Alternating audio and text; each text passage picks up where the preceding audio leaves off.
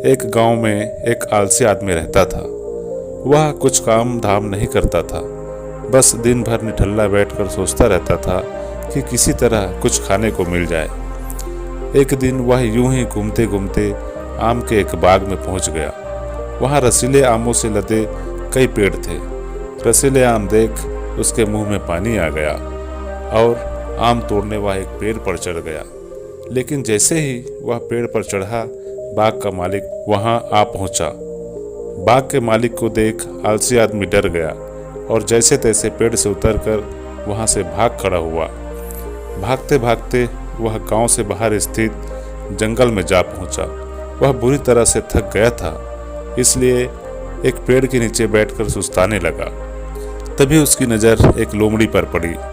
उस लोमड़ी की एक टांग टूटी हुई थी और वह लंगड़ा कर चल रही थी। लोमड़ी को देख आलसी आदमी सोचने लगा कि ऐसी हालत में भी इस जंगली जानवरों से भरे जंगल में ये लोमड़ी बच कैसे गई, इसका अब तक शिकार कैसे नहीं हुआ। जिज्ञासा में वह एक पेड़ पर चढ़ गया और वहां बैठकर देखने लगा कि अब इस लोमड़ी के साथ आगे क्या होगा। कुछ ही पल बीते थे कि पूरा जंगल शेर की भयंकर दहाड़ से गूंज उठा, जिसे सुनकर सारे जानवर डरकर भागने लगे। लेकिन लोमड़ी अपनी टूटी टांग के साथ भाग नहीं सकती थी, वह वहीं खड़ी रही। शेर लोमड़ी के पास आने लगा। आलसी आदमी ने सोचा कि अब शेर लोमड़ी को मारकर खा जाएगा, लेकिन आगे जो हुआ वह कुछ अजीब था।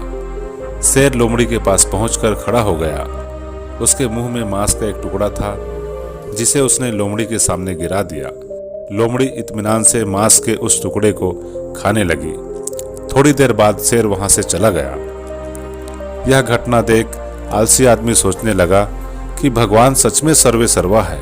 उसने धरती के समस्त प्राणियों के लिए, चाहे वह जानवर हो या इंसान, खाने पीने का प्रबंध कर रखा है। वह अपने घर लौट आया। घर आकर वह 2-3 दिन तक बिस्तर पर लेटकर प्रतीक्षा करने लगा कि जैसे भगवान ने शेर के द्वारा लोमड़ी के लिए भोजन भिजवाया था, वैसे ही उसके लिए भी कोई न कोई खाने पीने का सामान ले आएगा। लेकिन ऐसा कुछ नहीं हुआ। भूख से उसकी हालत खराब होने लगी। आखिरकार उसे घर से बाहर निकलना ही पड़ा। घर के बाहर उसे एक पेड़ के नीचे बैठे हुए बाबा दिखाई पड़े। वह उनके पास गया और जंगल का सारा वृत्तांत सुनाते हुए वह बोला, बाबा जी, भगवान मेरे साथ ऐसा क्यों कर रहे हैं? उनके पास जानवरों के लिए भोजन का प्रबंध है, लेकिन इंसानों के लिए नहीं। बाबा जी ने उत्तर दिया, बेटा, ऐसी बात नहीं है।